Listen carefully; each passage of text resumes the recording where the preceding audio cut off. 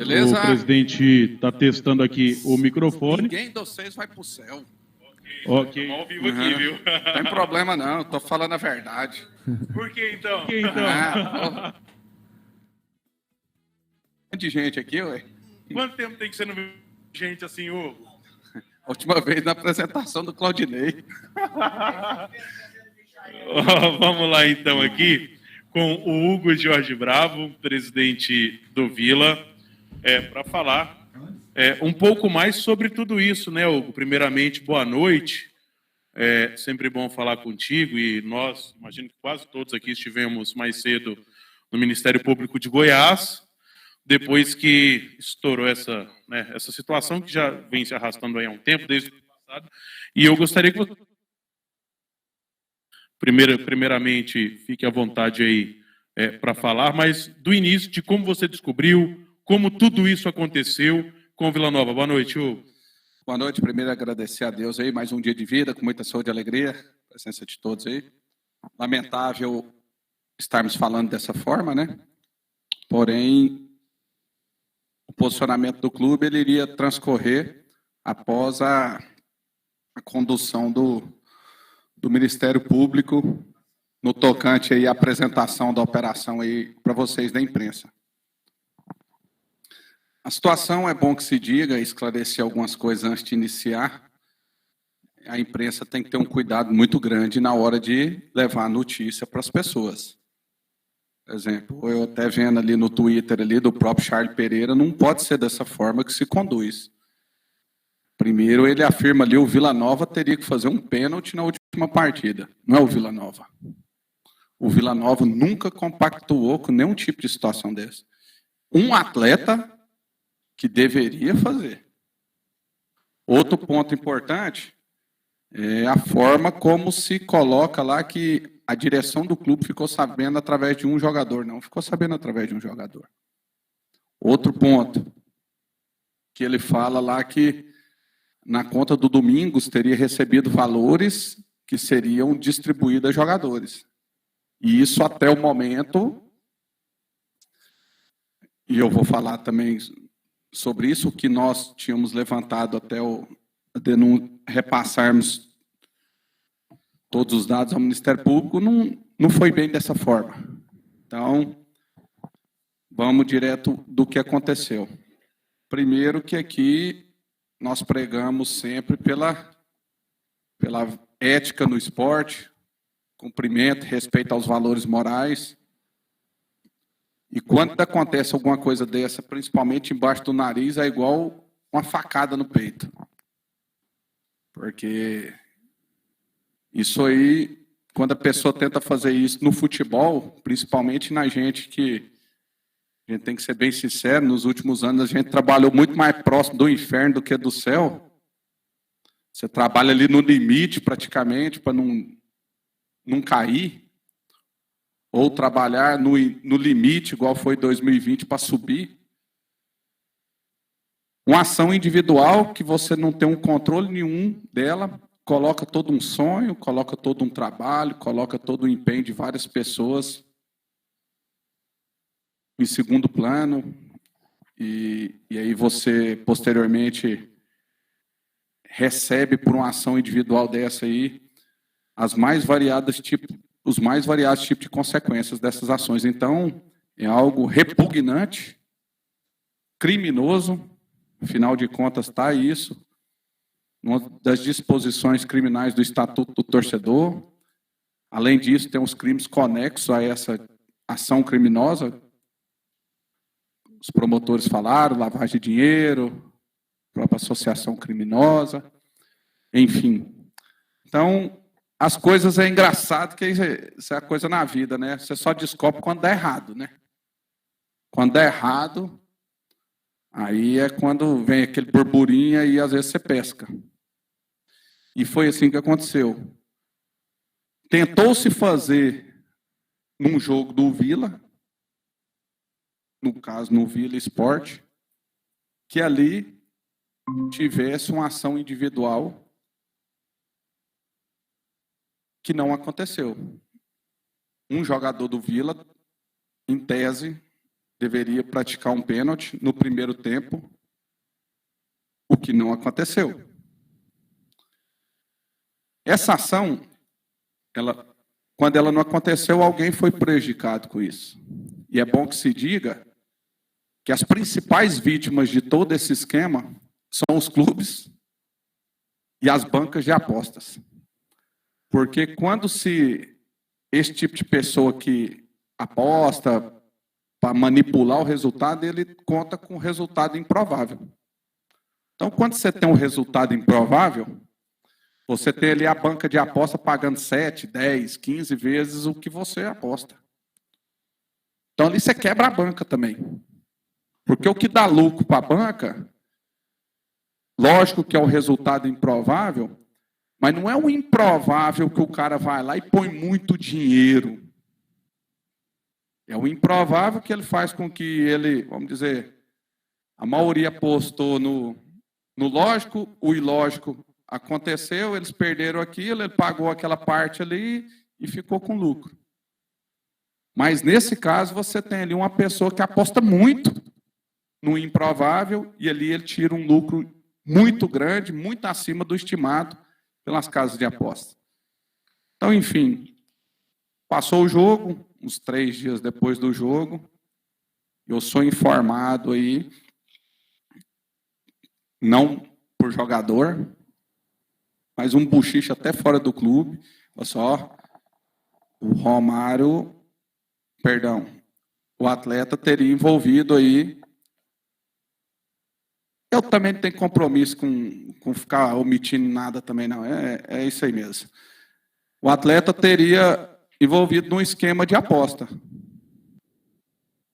Aquilo ali já ligou o sinal de alerta, coisas que a gente fica escutando no futebol. Tem clubes aí que às vezes escuta, pinça, só que ninguém vai atrás. Nós tivemos também em 2020, eu relatei, tinha um clube, o Imperatriz, que flagrantemente nós tivemos uma situação também de envolvimento de atletas envolvidos com a aposta. A instituição está fora, ela é vítima.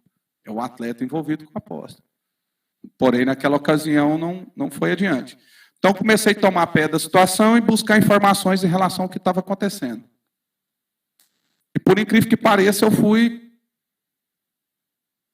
entrar em contato, inclusive, com quem teria ali articulado todo o esquema.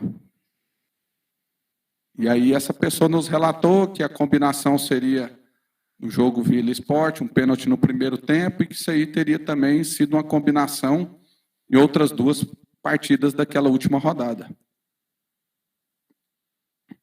E aí nós fomos conversando, e aí essa pessoa falou que teria um atleta do clube que tinha uma função de cooptar outro atleta, porque esse atleta ele não tinha condição de jogo, então ele tinha que cooptar um atleta para praticar esse ato criminoso. E que essa pessoa teria, e essa pessoa me falando, que ele teria dado um sinal e que esse sinal teria sido depositado na conta de um atleta de outro atleta do Vila. Inclusive, essa pessoa mesmo que depositou dinheiro fala que esse atleta que recebeu o dinheiro não tem nada a ver com o negócio. Que é o Domingos, que está todo mundo falando. Até que se prove o contrário, o Domingos teria recebido em sua conta valores, porque o outro atleta que estaria envolvido teria pedido uma conta emprestada porque a conta dele estava bloqueada, enfim, uma série de situações. Então, é situação que tem que ser apurada em nível agora de persecução penal. E nós temos que ter muito cuidado para não sermos injustos. Se a própria pessoa que estava à frente do esquema estava isentando o atleta, eu conversei com o atleta me relatou, o atleta comprova que todo o dinheiro que ele recebeu na conta, ele tinha passado para outra conta, a pedido desse terceiro que estava arquitetando tudo, eu tenho que dar crédito a ele. Então, eu não posso aqui, e aí a gente tem que ter muito cuidado, de que se não provar o contrário, a gente gerar prejuízo grande a uma pessoa. E ele afirmava que ele também não anuiu a isso. E aí, essa pessoa, por incrível que pareça, ela passou a entrar em contato comigo pedindo providências para mim, para eu cobrar do atleta que tinha recebido o dinheiro, a devolução daquele dinheiro. E o que ele alegava? Ele alegava que aquele fato teria gerado um prejuízo de aproximadamente R$500 mil para ele. Porque teriam 3 atletas envolvidos no esquema, de 3 equipes, e que era R$150 mil para cada um que ele tinha prometido. O sinal, conforme já foi falado para vocês, era de R$10 mil. Então, nós reunimos todas essas provas, procuramos o Ministério Público, através do GAECO, que anteriormente já tinha vindo até o Vila, se colocado à disposição, porque eles têm lá um interesse em estar apurando esse tipo de manipulação em resultados esportivos, coisa de 3 anos atrás. Quando surgiu a situação, eu acionei eles, falei assim, vocês não falaram que o dia que os colocaram à disposição, que o dia que tivesse um fato desse aqui dentro do clube, a gente poderia estar passando, está aqui. Fizemos um relatório em nome do clube, porque o clube não coaduna com isso, o clube se sensibiliza e faz com que se sinta no dever moral e social de estar relatando isso para que isso não venha prejudicar outras agremiações, para que isso também tenha um caráter pedagógico, para que as pessoas não façam em outros clubes, e principalmente não façam aqui dentro do Vila, porque aqui é campo minado para malandro, aqui malandro vai ser explodido, porque a verdade é essa. Só que o futebol a gente vive uma mentira. Uma mentira. A fraude. Porque aqui você fala uma coisa, uma mentira que vira verdade, uma verdade que vira mentira. Então, a gente teve que se ponderar, fomos questionados por várias pessoas, por torcedores, mas a gente tinha convicção de que, e a consciência tranquila de que a gente estava fazendo o que é certo. Então, o que é certo, a gente está blindado por Deus e é isso aí. Então, repassamos todas essas provas, só o Ministério Público que tomou, que de forma brilhante e rápida, isso aqui a gente tem que considerar que o campeonato acabou, a gente levou a notícia, os dados no final de novembro, dezembro, teve recesso do judiciário, e nós estamos aqui no início de fevereiro, com a deflagração da operação. Então, tem que se destacar o trabalho brilhante dos promotores que estiveram à frente, de toda a equipe deles que participaram aí da apuração dessa informação que nós colocamos. E que isso sirva de aprendizado. Não nos recordamos, num nível de competição igual foi a Série B, de nenhum tipo de operação desse cunho, mas nós estamos aqui, o Vila Nova, a Federação Goiana, a Confederação Brasileira de Futebol, as agremiações, de uma forma geral, sérias, porque nós sabemos que tem clubes sendo comprados, principalmente em divisões inferiores, os quais estão sendo comprados tão somente para manipulação de resultados. Mas nós não coadunamos com isso, e isso vai servir de exemplo e de caráter pedagógico para todo desavisado. Hugo, e é até importante destacar também, porque através do Vila, dessa denúncia, que se inicia essa investigação, que já toma conta do futebol brasileiro de uma forma geral, isso foi até enaltecido nessa entrevista coletiva. Eu queria saber de você qual a sua percepção do tamanho do impacto que isso tem nacionalmente, através de uma denúncia do Vila, que até o promotor Fernando acabou destacando hoje, que não está descartado, dentro da investigação continuando, chegar em jogos da Série A do Campeonato Brasileiro também. Na verdade, a gente sabe que tem. O que falta, às vezes, é a iniciativa, e é preciso iniciativa, união dos clubes, para estar tocando isso adiante. Porque não adianta isso aí de chegar informações, burburinhos de atletas aí, até de nível de Série A, que chega em clube aí, depois não segue no clube, porque chegou a história dessa, porém, nada segue adiante. Então, tem que ter muito cuidado em relação a isso. que a gente espera é que seja apurado o justo, né? A gente não sabe até que ponto essas outras partidas realmente foram verdade, o que a pessoa teria falado. Chama atenção e merece apuração e com certeza vai ser muito bem apurado pelo Ministério Público. E como eu disse anteriormente, a gente tem que ter muito cuidado, porque aqui nós estamos falando de um sonho também de um atleta. Você não pode atribuir ao atleta uma prática de algo que ele não fez. Entendeu? Que nós estamos trabalhando dentro da verdade, dentro daquilo que nós apuramos e dentro daquilo que nós temos convicção. Então, nós coletamos esses dados, repassamos ao Ministério Público e lá eles estão tratando como prova, isso que a gente produziu para eles. Eles estão produzindo muito mais e aí vai uma série de ações judiciais, medidas cautelares que eles estão produzindo lá e vão chegar agora a um trabalho deles para chegar numa resolução de bom termo e da forma mais justa.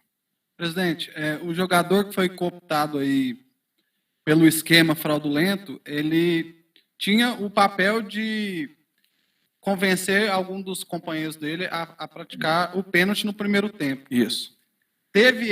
Chegou até essa conversa dessa pessoa com o restante dos jogadores, do vestiário? Teve essa...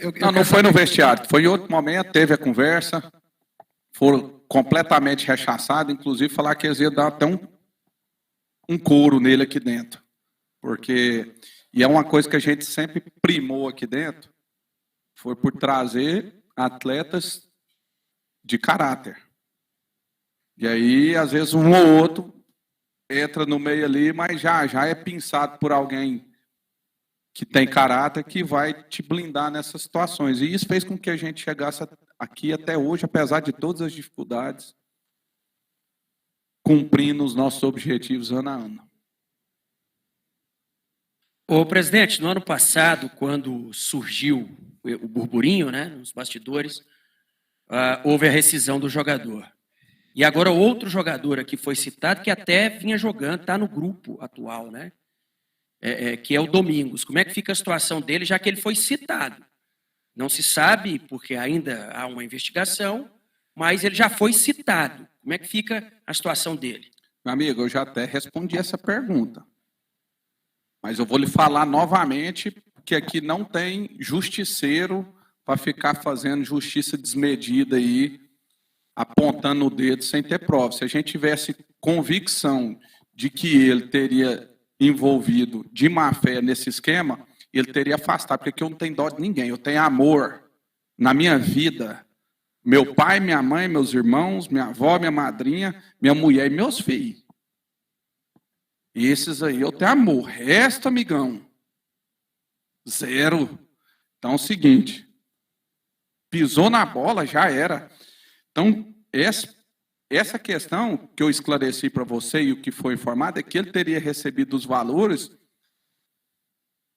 que ele teria sido objeto de engano, uma história ardilosa de que ele emprestou a conta para uma pessoa que não teria condição de estar recebendo um valor numa conta, porque teria problema nessa conta, que estava bloqueada, alguma coisa assim. Assim é o que nós apuramos até o momento. Eu não vou chegar aqui e vou condenar ninguém que a gente não tenha, pelo menos, um mínimo de convicção de que ele possa estar participando. Até então, é um atleta que prove o contrário, um atleta que sempre se dedicou aqui, que está cumprindo com as suas obrigações, e que se fosse algo que tivesse dado certo aqui dentro, ele poderia ter participado ativamente, e isso não aconteceu. Então, por isso que nós temos que ter calma, cautela, porque ali nós estamos falando de um sonho, de um garoto. Se, ao final, ficar comprovado que ele também agiu de má fé, que ele também vai pagar por isso. Mas aqui eu não posso condenar ninguém de forma antecipada. Hugo, até sobre isso, né? Você já deixou bem claro que conversou com o próprio Gabriel Domingos. Eu queria saber só se o Vila, já acreditando, né, nessa inocência dele, vai oferecer defesa para o Gabriel Domingos. Oferecer defesa? Ajudar ele na defesa. Também não é defensoria pública, não. Ele tem que se virar e arrumar os problemas dele para lá. Prestou a conta porque quis. Então é problema dele. Que quem tem fio barbado é gato. Então aqui é o seguinte. Eu formo a minha própria convicção. do que eu apurei, não formou até então convicção de má-fé dele. Porque raciocina comigo. Eu conheço a outra parte. A outra parte era cheia de história aqui dentro, não foi só isso. Chega no menino e fala assim, me empresta minha conta está bloqueada, está com problema lá, eu não consigo receber, me empresta aí que vai cair um dinheiro na minha conta. Ali é para falar que passou o dinheiro, que era um empresário dando dinheiro, que era um dinheiro de um acerto, pode falar 1 milhão de coisas. Ele pega esse dinheiro na conta dele, depois ele me apresenta um comprovante no mesmo... 3 comprovantes, mesmo valor que ele fala que ele passou para essa outra pessoa em outra conta, dando mostra que ele não ficou com nenhum percentual disso, qual que é o benefício que ele teria tido? Ele pode até ter, ele pode ter até acontecido, ele pode ter até arrependido depois. E se ele arrependeu antes de fazer, ele ainda tem meu perdão. Porque pelo menos Papai do Céu, o Espírito Santo tocou nele e falou assim, meu filho, desconfia, não joga sua carreira fora não. Então se ele arrependeu, está tudo certo. E esse apuro que ele está passando aí, não é possível que ele vai cometer um outro deslize na vida, se comprovar que não tem má fé. Então, diante desses fatos, por que eu vou, vamos dizer assim, afastar o menino? Em relação a eu prestar assessoria, essa coisa, negativo. E ele é que se vira com os problemas dele. Aqui o clube, o departamento jurídico do clube, vai estar pronto para apoiar qualquer tipo de jogador nas demandas relativas ao que for concernente à atividade esportiva dele. E que nós vamos estar apurando. Agora, isso aí, que já está em outro nível de apuração, na verdade, ele não precisa nem de advogado para falar a verdade. Ele vai lá, fala a verdade, se ele não dever nada, está tudo certo, vai ser inocentado, vai ser, ao final não vai ser denunciado, nem sei em que pé que está propriamente o nível do curso desse procedimento criminal. Então, é isso que eu tenho para te dizer. Hugo, eu queria saber como foi sua conversa, né, com o jogador, né, na ocasião da rescisão do contrato, se esse jogador assumiu o que ele falou, e aquilo que você falou até no comecinho ali da facada, né? Um clube assim, na verdade, jogador da... Eu queria saber assim, o jogador jogando contra o clube que paga o salário, queria saber os sentimentos também disso tudo, né? Ele, assim, quando a gente foi conversar, demonstrou um arrependimento. Ele demonstrou um arrependimento, pediu desculpa, perdão. Mas errou, amigão.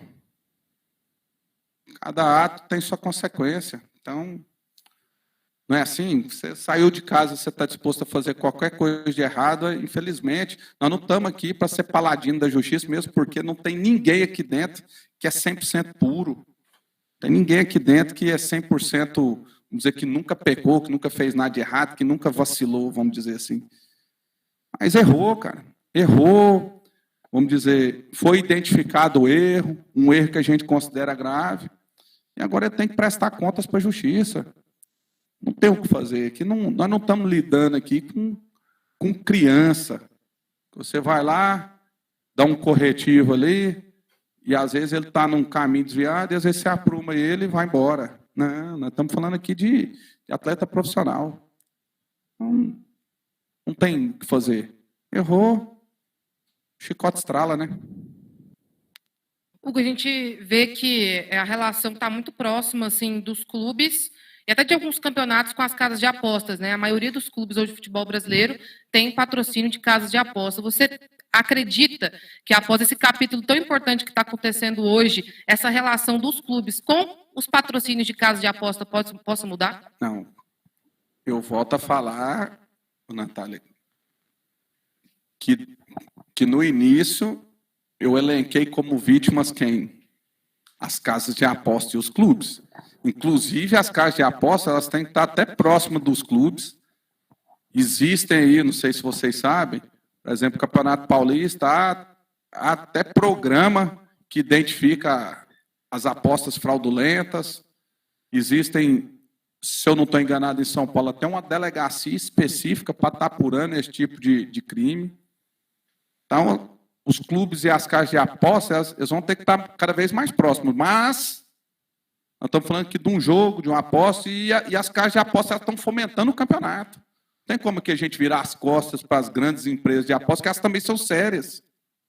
Elas são sérias. Elas cumprem rigorosamente com o clube os seus contratos de patrocínio. Elas são vítimas como os clubes. Então, para mim, a relação tem que estar cada vez mais próxima.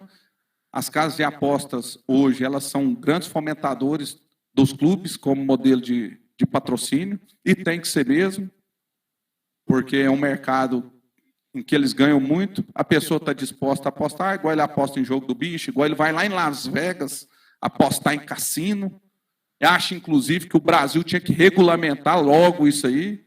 Pega aquele Nordeste, aquele sertão que está esquecido, faz uns cassinos lá, Las Vegas ali dentro, promove, vamos dizer assim, o crescimento local, e é assim que a coisa funciona. Agora, para isso, para dar certo, você também tem que ter os órgãos de repressão bastante atuantes, porque a gente sabe que onde tem interesse, onde tem dinheiro, vai ter manipulação, vai ter rolo, e vai ter esse tipo de situação.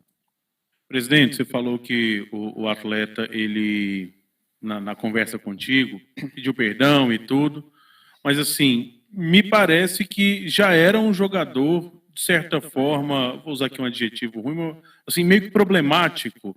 Não teria sido assim, o primeiro erro dele no Vila. É claro que erros com proporções menores, que o Vila, talvez por acreditar no potencial dele, tentava contornar por serem erros menores.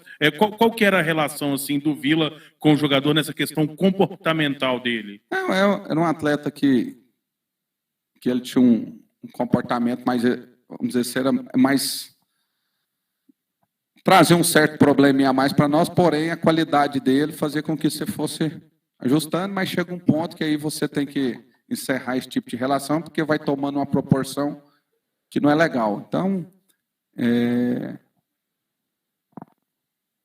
a gente lamenta muito, porque é um talento, espera, inclusive, que daqui a pouco se recupere, não sei se vai ter grandes oportunidades, mas que fica aí de exemplo aí para os outros que estão começando também, que só ter talento não basta. Tem que ter caráter, tem que ter profissionalismo, tem que ter comprometimento. Presidente, quando você estava explicando como que chegou a conversa aqui dentro, você tomou conhecimento, falou que foi um que ligou, como que foi que aconteceu? A pessoa escutou. Essa pessoa fazia parte do esquema também? Não. Como que era? Essa pessoa escutou aí que o atleta estava desesperado atrás de dinheiro porque estava devendo um pessoal de aposta. Aí foi quando a gente entrou no circuito. Não, porque aí a gente vai puxando, né, amigo? Aí a gente tem uns anos aí, mais ou menos, que a gente lida com esse tipo de gente. Ô, presidente, o pessoal já até esgotou muito esse assunto, só para fechar da minha parte, amanhã tem reunião, né? Sim. Na CBF, é importante a sua opinião sobre o que pode acontecer, e há pouco chegou a notícia do Rio de que nem foi discutido aquele assunto de bastidor que poderia mudar o acesso e o rebaixamento, né? Para 3 times, isso aí não foi discutido, então não deve ser aprovado. Mas o que é que você espera dessa reunião para a Série B? Não, vamos lá, olha só.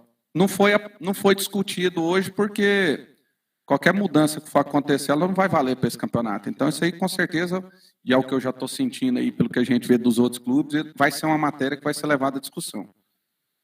Para ser, vamos dizer, trabalhado aí para se aplicar para o ano que vem. Cara, é difícil a gente falar porque até nos grupos lá dos presidentes eu manifestei.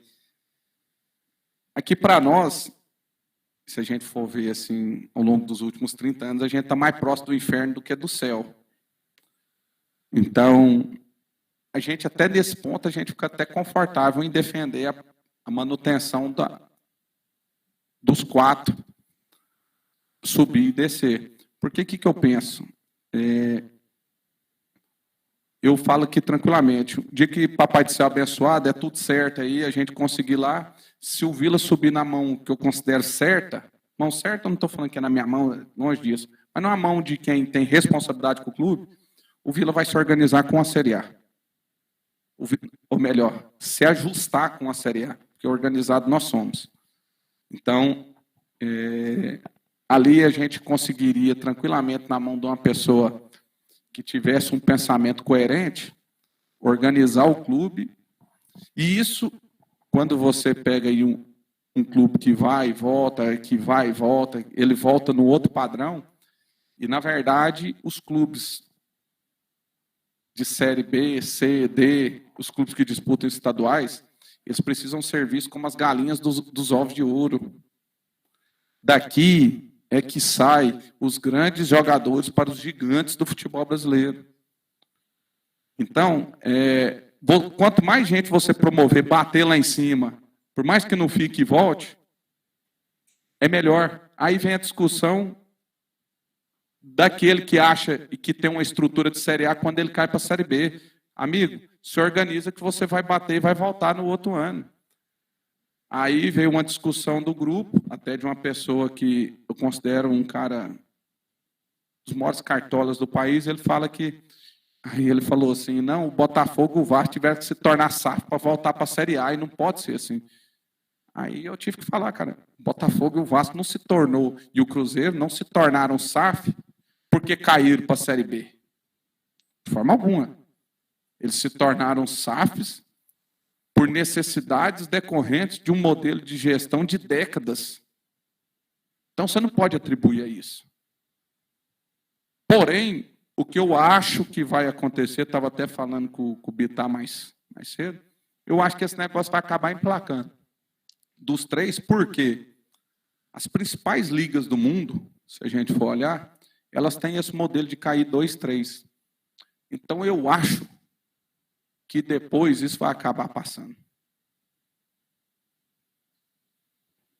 Só voltando rapidinho na questão da investigação, o presidente, e até eu quero também, vou fazer 2 em 1 então. E você acha que é uma boa cair 2 ou 3? E voltando na questão da investigação, como as pessoas que foram procuradas pelo atleta foram decentes, você não pode falar para a gente quem que ele procurou, não? Para tentar fazer o pênalti? Cara, foram várias pessoas aqui dentro, aí não convém nem citar, porque aí depois vai virando a bola de neve. Eu sei que o povo queria reunir aqui e quebrar ele no cacete, vamos dizer assim, que não tem que ficar aliviando palavra nem nada, não. Esse povo é muito prolixo aí. Então, foi o grupo. O grupo pegou e o grupo expurgou. Em relação, igual eu falei, eu sou adepto ao modelo do sobe 4 e desce 4. Por mais que nós estejamos todo ano mais próximo do inferno que do céu, mas vai que um dia a gente atinge aí. Beleza? Beleza, obrigado, presidente. Valeu, isso aí. Agora eu vou ligar aqui.